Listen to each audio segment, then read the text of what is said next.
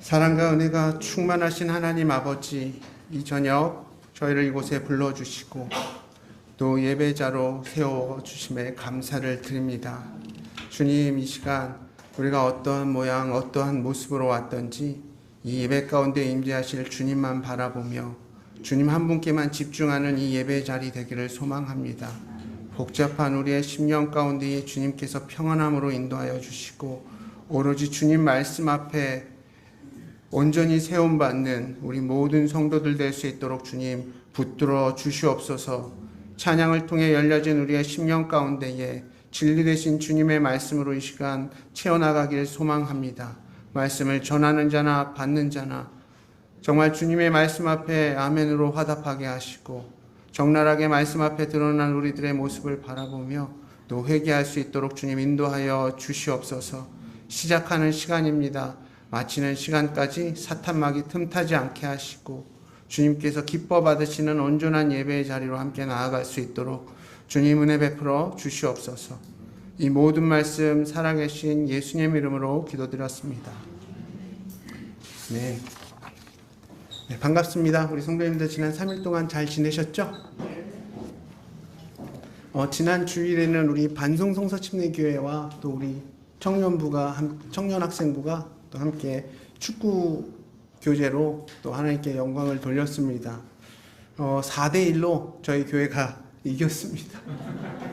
그리고 또 우리 성도님들께서 또 풍성히 섬겨주신 덕분에 끝나고 또 저희는 또 귀한 식사로 또 교제하며 또 승리를 자축하는 시간을 가졌습니다. 우리 학생 청년부가 또 육신의 건강뿐만 아니라 믿음도 강건하게 세워지며 주님 안에서 또 온전히 자라나는 학생 청년부 될 수 있도록 계속 기도해 주시면 감사하겠습니다. 오늘부터 새롭게 시작할 시리즈는 바로 야고보서입니다. 사실 이 시간에 이제 지난주까지는 요한복음 읽으신 거를 이렇게 확인했었는데 이제 요한복음은 끝났고요. 앞으로 이 야고보서 말씀을 가지고 이 수요 예배 설교 시간을 채워가려고 합니다. 한 10주에서 한 11주 한 요 정도 나눌 예정인데요. 우리 성도님들께 드릴 숙제는 요한복음 때처럼 매주 야고보서를 일독해 오시면 되겠고요. 요한복음의 한 4분의 1 정도의 분량이니까 충분히 부담스럽지 않게 읽으실 수 있을 것 같습니다. 앞으로 야고보서 시리즈가 잘 진행될 수 있도록 기도해 주시고 또 무엇보다 우리 성도님들께서 열심히 읽어와 주시는 게 설교자에게 가장 큰 기쁨이고 또 큰 격려라는 거 기억하시고 이제 계속 열심히 읽어오시면 되겠습니다. 잘 하실 수 있죠? 예. 보통 우리가 하나님의 말씀을 연구할 때 두 가지 접근 방식이 있거든요. 하나는 종합적 접근 방식이 있고 하나는 분석적 접근 방식이 있습니다. 첫 번째가 뭐라고요? 종합적 접근. 두 번째가 뭐라고요? 분석적 접근. 네. 종합적 접근 방식은 큰 그림을 먼저 보는 거예요. 보통 숲과 나무 가운데 숲을 먼저 보는 게 종합적 접근 방식입니다. 예를 들면 저희 학생청년부 단기선교팀이 몽골에 갈 때 하늘에서 몽골 땅을 바라보면 정말 광활한 대지가 저희를 압도합니다.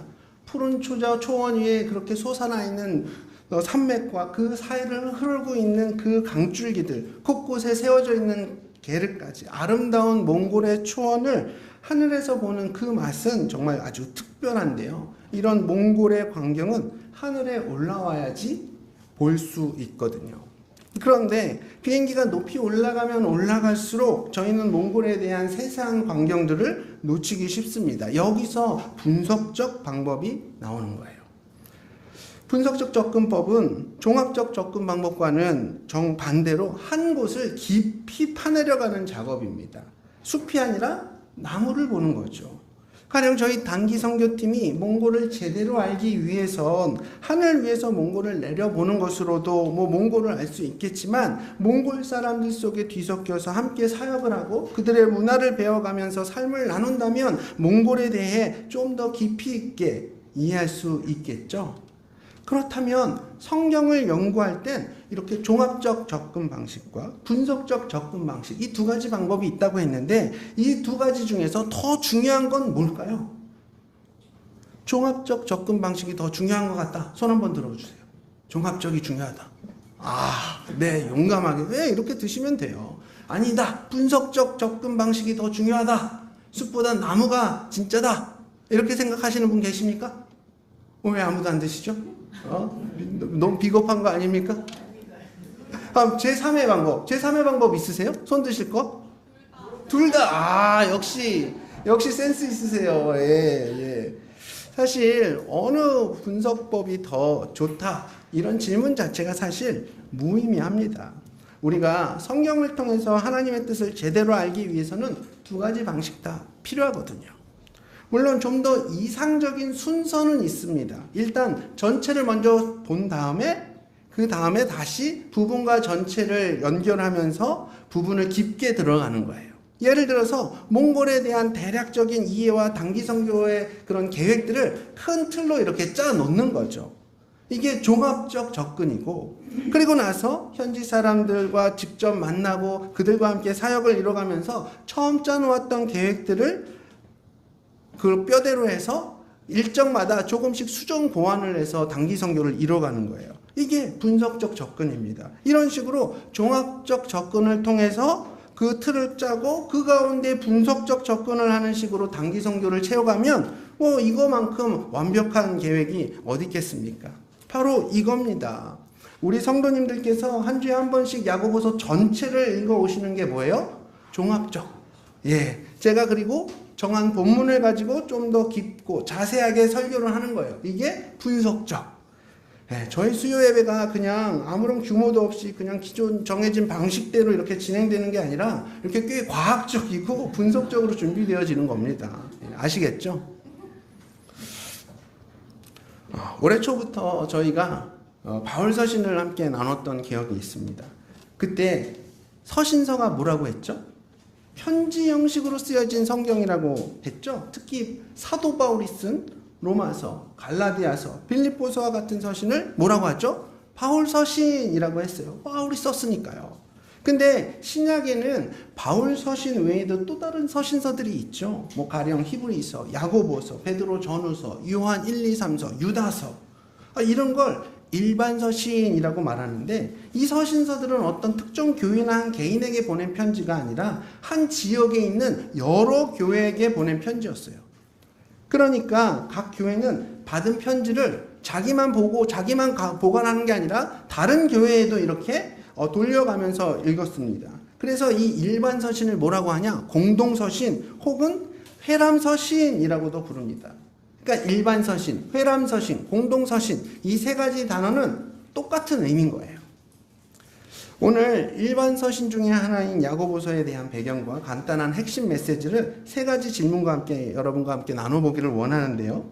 먼저 나눌 것은 성경 안에서 이 야고보서가 갖는 의미, 얼마나 중요한 성경인지 함께 나눌 거고요. 두 번째로는 이 야고보서는 누가 썼는지, 세 번째로는 야고보서는 언제 쓰여졌는지 함께 나눠보기를 원합니다. 첫 번째, 성경 안에서 이 야고보서가 차지하고 있는 중요성인데요. 야고보서는 신약 성경 중에서 아주 중요한 역할을 감당하는 책일까요? 아니면 로마서나 갈라디아서에 비해서는 좀 덜 중요한 성경일까요? 혹시 우리 성도님들 가운데 학창시절 시절에 잠시라도 일시적이라도 이렇게 왕따를 당해보신 분 계십니까? 이유 없이 왕따를 당해보신 분들의 그 마음의 상처는 이루 말할 수 없겠죠. 그 아픔은 아마 쉽게 해결되지도 않을 겁니다. 누구에게도 주목받지 못한 채 늘 주변인으로만 아웃사이더처럼 그냥 있는 듯 없는 듯 그렇게 살아온 삶이 얼마나 서러웠겠습니까? 이렇게 기독교 역사 속에서도 성경 66권 중 가장 주목받지 못하고 온갖 서러움을 갖고 있는 성경이 바로 야고보서예요. 그럼 누가 왜 이 말씀을 이렇게 무시했을까요? 바로 그 유명한 종교개혁가 마틴 루터가 이 야고보서를 무시했습니다. 그래서 그는 야고보서를 뭐라고 얘기했냐? 지푸라기 서신이라고 했어요. 결코 좋은 별명이 아니거든요. 왜 그렇게 불렀냐 하면 야고보서에서는 행위 구원을 강조하는 것 같다고. 기독교의 핵심인 이 복음이, 은혜가 야고보서 안에는 잘 보이지 않는다고 루터는 느꼈던 것 같아요. 마틴 루터가 살던 시대에는 어떤 시대였냐 하면 뭔가를 열심히 해야만 하나님께 인정받는다는 식의 그런 가르침이 아주 팽배했던 시절이었습니다. 너 하나님께 인정받고 싶어? 그러면 앞으로 10년 동안 주일 예배 한 번도 안 빠지면 그러면 하나님께서 너 인정해 주실 거야. 너 그렇게 하나님께 인정받고 싶어? 그러면 매주 올 때마다, 예배 올 때마다 10,000원씩 헌금해야 돼. 그럼 하나님께서 너 인정할 거야.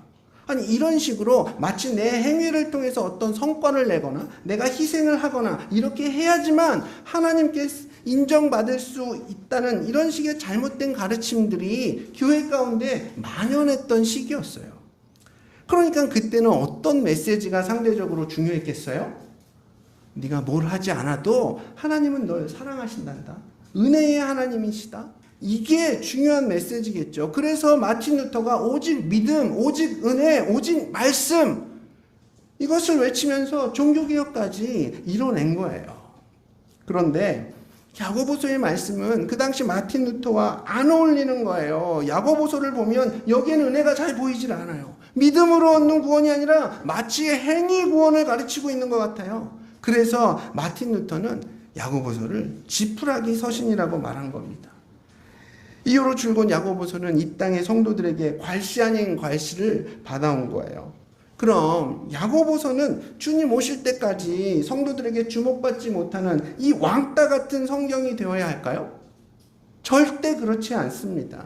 성경 66권의 모든 책은 각자의 역할과 기능이 다 있거든요. 한 신학자는 이 야고보서를 어떻게 표현했냐? 성경을 건물로 비유하면서 야고보서는 건물의 지붕에 해당하는 책이 바로 야고보서라고 했어요. 자, 바울 서신은 우리 신앙의 뼈대 역할을 하죠. 로마서, 갈라디아서에는 기독교 핵심 교리가 아주 잘 정리되어 있습니다. 건물로 치면 이건 기초 부분이라고 할 수 있어요. 그럼 일반 서신은 그 가운데 특히 야고보는 건물로 치면 어디라고요? 지붕 역할을 한다고 볼 수 있는 겁니다. 건물은 일단 기초가 튼튼해야 되겠죠. 그래야 어떤 환경에서도 건물이 무너지지가 않잖아요. 하지만 건물이 기초만 잘 다져 있다고 완성되는 건가요? 기초가 단단하게 잘 놓여져 있다면 당연히 그 위에 기둥을 세우고 벽을 세우고 창문을 내고 마지막으로 지붕을 얹어야 그 건물이 완성되는 거잖아요. 만약 그 건물에 지붕이 없다면 어떻게 될까요? 비가 올 때, 눈이 올 때 집 안에 있어도 비를 다 맞고 그 추위를 피할 수가 없겠죠. 건물로서의 그 기능을 못하게 되는 거예요. 이렇게 성경은 다 각자의 역할이 있는 거예요. 야고보서는 바울 서신이라는 그 단단한 신학교에 서 있는 성도들은 과연 어떤 삶을 살아야 하는가, 이런 주제를 다루고 있습니다. 오늘날 대한민국 교회가 이 사회 속에서 이렇게 욕을 먹는 이유가 무엇입니까? 젊은 세대 가운데 기독교가 가장 비호감 종교로 전락하게 된 이유가 뭐냐고요? 이 성경 말씀 자체에 문제가 있었습니까?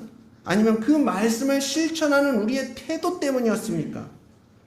그리스도인들의 잘못된 태도 때문이었죠. 바로 이 태도가 지붕인 거예요. 야고보서는 성도들이 어떤 태도로 이 땅에서의 삶을 살아가야 하는지를 분명하고 강하게 가르치고 있습니다. 결국 야고보서는 난 크리스천들에게 복음이 복음되게 하고 말씀이 말씀되게 하며 하나님이 진짜 하나님 되도록 만들어주는 그런 책인 거예요. 그런 의미에서 야고보서는 정말 중요한 책인 겁니다. 자, 두 번째. 그렇다면 이 야고보서는 누가 썼을까요? 여러분, 야고보서 누가 썼을까요? 야고보가 썼습니다. 너무 어려운 질문이죠. 요한복음 누가 썼어요? 요한이 썼어요. 그럼 누가복음은요? 누가가 썼죠. 그래서 그렇다고 다른 데 가서 막 아는 척 하시느라 빌립보서는 빌립보가 썼다고 하고 로마서는 로마가 썼다고 하면 이렇게 말씀하시면 절대로 안 됩니다. 빌립보나 로마는 사람 이름이 아니라 지역명이잖아요. 어쨌든 야고보서는 야고보가 쓴 거예요. 그런데 성경에는 이 야고보라는 이름을 가진 사람이 4명 등장하는데요. 그 가운데 누가 야고보서를 기록했을까요? 아유, 다 아시네요. 다 아셔도 계속 들어주시면 좋을 것 같습니다. 네. 자, 1번 야고보는 누구냐 하면 예수님의 12제자 중에서 유다의 아버지 야고보라는 사람이 나와요. 가론 유다와 이렇게 구분하기 위해서 유다의 아버지 야고보라는 이름이 나옵니다. 유다라는 사람의 아버지가 야고보가 있었어요. 그리고 2번 야고보는 누구냐 하면 12제자 중에 한 사람인 알페오의 아들 야고보가 또 나옵니다. 예. 그런데 이 1번 야고보, 그러니까 유다의 아버지 야고보와 알페오의 아들, 이 2번 야고보, 이 두 사람은 그 당시 교회에게 이렇게 편지를 쓸 만큼 영향력을 가지고 있었던 인물은 아니었어요.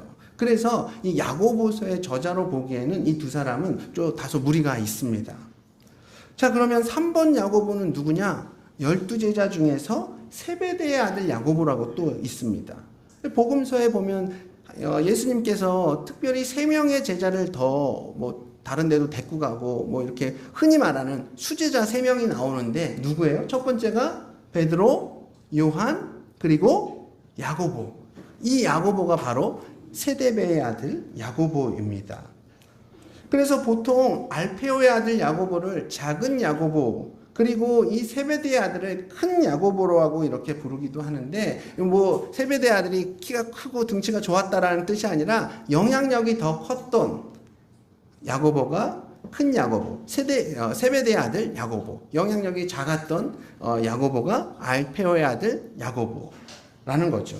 어쨌든 이 큰 야고보가 야고보서의 저자일 가능성이 있는데요. 근데 이 큰 야고보는 AD 44년에 12제자 중에 최초로 이렇게 순교를 당합니다. 사도행전 12장에 나오는데 이렇게 가장 일찍 순교를 당했기 때문에 보통 서신서가 제일 먼저 쓰여진 게 한 AD 45년에서 49년 사이거든요. 그렇기 때문에 이 3번 야고보, 세베대의 아들 야고보는 이 편지를 쓸 만한 여건이 되지를 않았어요. 그러니까 3번 야고보도 저자가 아니다. 그럼 남은 가능성은 몇 번이죠? 4번 뿐이죠. 이 4번 야고보는 누구냐? 예수님의 육신의 형제 중에서 야고보가 있었죠? 네. 남동생이었습니다.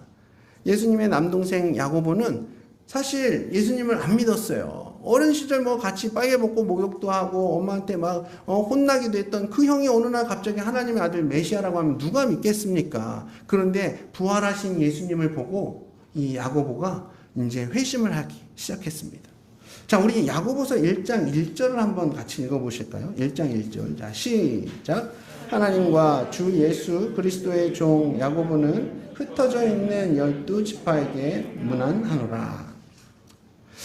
사실 이 야고보란 이름은 그 당시에 굉장히 흔한 이름 중에 하나였거든요. 요즘도 흔한 이름 있지 않습니까? 철수, 영희, 민수 이런 식으로 그 당시 아주 흔한 이름들 중에 하나였어요.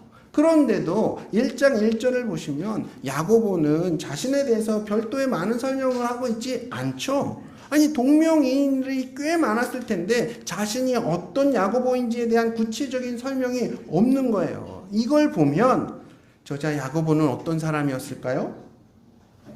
아마 굉장히 유명한 사람이었을 것 같아요. 그 당시 야고보서를 받았던 수신자들은 주변에 수많은 야고보가 있었지만 야고보라고 하면 딱 한 사람만 떠올렸을 겁니다. 앞에 별다른 수식어가 붙지 않아도 모두가 다 알 수 있을 정도로 유명했던 그 사람, 야고보, 예수님의 동생 야고보입니다. 그러면 예수님의 형제 야고보는 어떤 사람이었냐? 초대교회, 그 예루살렘 교회의 담임 목사님이었어요. 당대 크리스천들에게 야고보 하면 예루살렘 교회의 담임 목사님이었던 이 야고보를 사람들은 모두 떠올렸습니다. 그래서 이렇게 야고보, 예수님의 남동생 야고보에 의해서 이 야고보서가 기록되어 있을 가능성이 아주 높습니다. 자, 이제 마지막 질문. 그럼 야고보서는 언제 쓰여진 걸까요? 여러분께 제가 좀 전에 말씀드렸던 거 한번 기억해 보시면 야고보서가 건물로 말하면 이렇게 어디에 해당된다고 말씀을 드렸죠? 네, 지붕이라고 말씀을 드렸죠. 그러면 그 건물의 기초에 해당하는 성경은 어디라 그랬죠? 네, 로마서 같은 갈라디아서와 같은 바울서신, 네, 바울서신이라고 말씀드렸습니다. 그런데 건물에서 기초를 세울 때 사용되는 그런 재료와 지붕을 이렇게 얹을 때 사용되는 재료가 서로 다를 수밖에 없잖아요. 생각해 보세요. 건물을 세우는데 어느 누가 기초로 쓸 그 머릿돌을 지붕으로 사용하겠다고 이렇게 끌어올리고 있겠습니까? 기초와 지붕은 서로 쓰이는 재료부터가 아예 다를 수밖에 없는 거죠. 그러니까 바울서신의 내용과 이 야고보서의 내용은 서로 전혀 다른 관점 가운데 쓰여졌다는 걸 여러분 기억하시기 바랍니다. 서로 다른 방식으로 그 당시 성도들의 신앙과 믿음을 터치하고 교정하고 있는 거예요. 그리고 이 바울서신과 야고보서의 내용들을 이렇게 비교해 볼 때도 사도 바울과 야고보가 서로 교제했다거나 서로의 신앙을 공유했을 가능성이 아주 적습니다. 아니 상식적으로 자주 만나고 교제하다 보면 서로 비슷한 얘기가 나오기 마련이잖아요. 야고보서나 바울 서신을 보면 이렇게 전혀 공통되는 부분이 없다는 거죠. 그래서 사도 바울과 야고보 사도가 서로 만남을 갖기 이전에 서로가 서로를 모르던 그 시절에 이 야고보서가 기록되었을 가능성이 아주 높습니다. 그럼 바울과 야고보가 언제 처음 만나서 교제를 하게 되었냐? 사도행전 15장에 나오는데요. 이게 AD 한 49년에 사도 바울이 1차 전도 여행을 마치고 예루살렘으로 가거든요. 그때 예루살렘에서는 최초의 종교회의, 예루살렘 회의가 있었습니다. 그때 야고보와 사도 바울이 교제하는 장면이 나와요. 야고보와 바울이 서로 이렇게 만나서 믿는 바를 확인하고 또 그거 믿음에 대해서 공유하고 서로의 믿음을 이렇게 인정하는 악수를 하게 됩니다. 만약 두 사람의 만남 이후에 이 야고보서가 기록이 되었다면 분명히 바울과 공유된 그런 가르침이 야고보서 가운데에 그래도 좀 나왔겠죠. 그런데 바울서신과 야고보서의 공통점은 거의 없어요. 그러니까 당연히 두 사람의 만남 이전, 그러니까 AD 49년 이전에 야고보서가 기록되었을 가능성이 아주 높습니다. 그러면 이 야고보서는 상당히 일찍 기록된 신약 성경입니다. 서신서 중에 아마 가장 먼저 기록된 성경으로 많은 학자들은 추정을 하고 있거든요. 자, 이제 정말 마지막인데요. 그렇다면 정 목사는 왜 요한복음 빼고 65권의 성경 중에서 야고보서를 골랐을까요? 사실 저는 처음에 레위기를 할까도 생각을 했는데 성미사모가 구약은 너무 어렵다고, 레위기 너무 길다고, 안 된다고 짧은 거 하자고. 그 영향이 조금 있었습니다.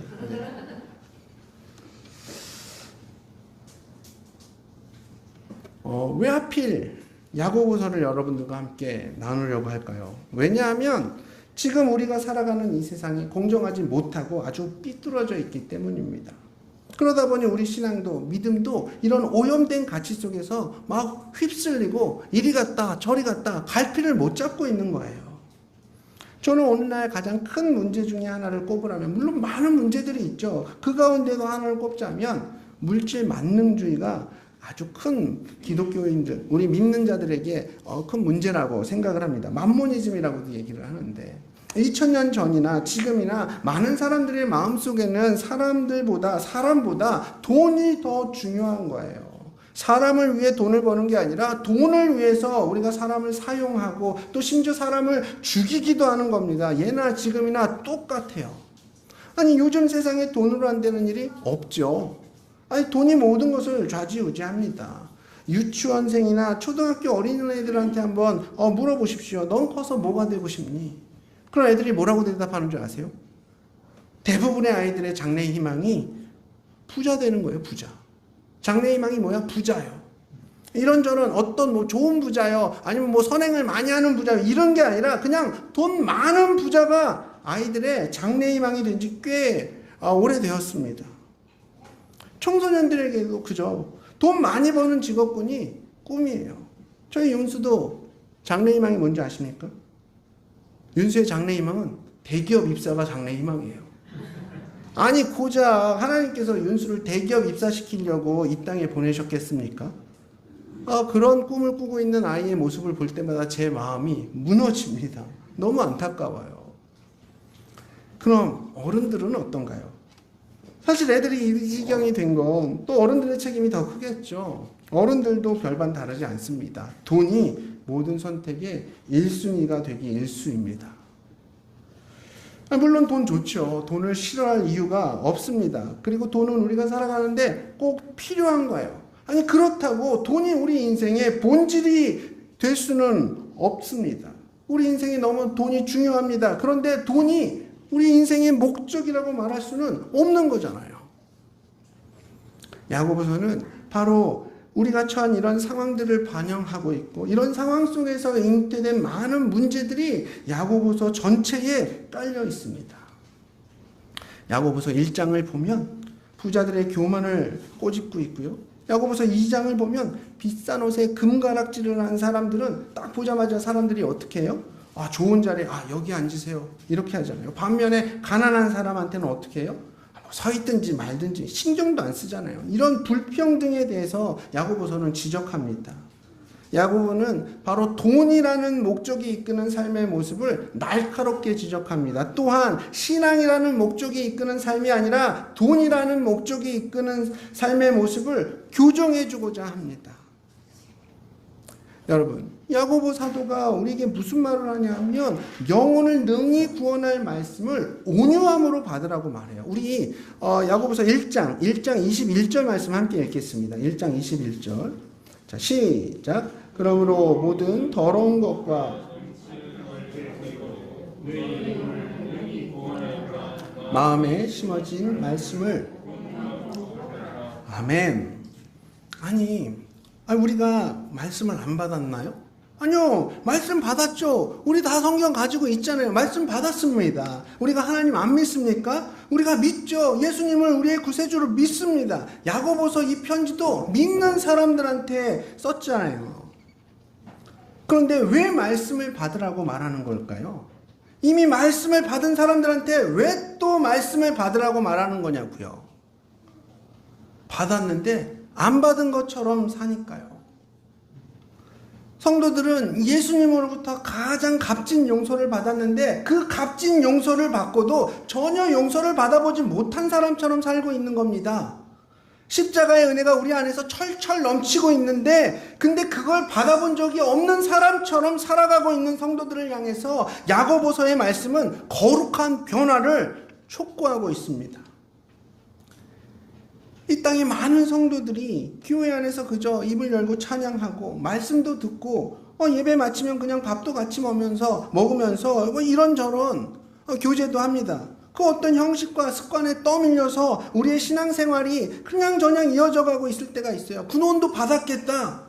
그냥 타성에 젖어서 살아가는 거죠. 그럼 세상에선 어떨까요? 그냥 아침에 눈만 뜨면 출근하는 겁니다. 내가 누구인지, 내가 무엇을 위해서 사는 건지, 나의 생명이 누구로부터 주어졌는지, 나의 가치가 얼마나 소중한 존재인지 이거 다 망각한 채 살면서 그냥저냥 살다 보면 우리 성도들도 이 물질 만능주의 속에서 이 기울어진 세상 속에서 휩쓸려 지내는 거예요. 여러분, 절대 그럴 수는 없습니다. 우리의 구원이 어떻게 이루어진 건데요? 하나님의 독생자 예수 그리스도께서 십자가에서 피 흘림으로 주어진 것이 우리의 구원입니다. 우리의 구원은 그런 식으로 이루어져서는 안 되는 거예요. 이 땅에서의 구원받은 우리가 이 땅에서 그런 식으로 우리의 삶을 허비할 수는 없는 거예요. 다음 주부터 약 2달 동안 우리는 야고보서의 말씀을 함께 나누면서 우리의 삶이 다시 주님 앞에 거룩하게 변화되고 세상에 휩쓸려 살아가는 그런 인생이 아니라 맞서고 승리하는 그런 인생이 될 수 있기를 소망합니다. 그래서 우리 모두의 심령 가운데에 이 구원의 기쁨이 다시 회복되고 우리의 믿음 생활이 더 성장하길 축복하며 오늘 말씀을 마치도록 하겠습니다.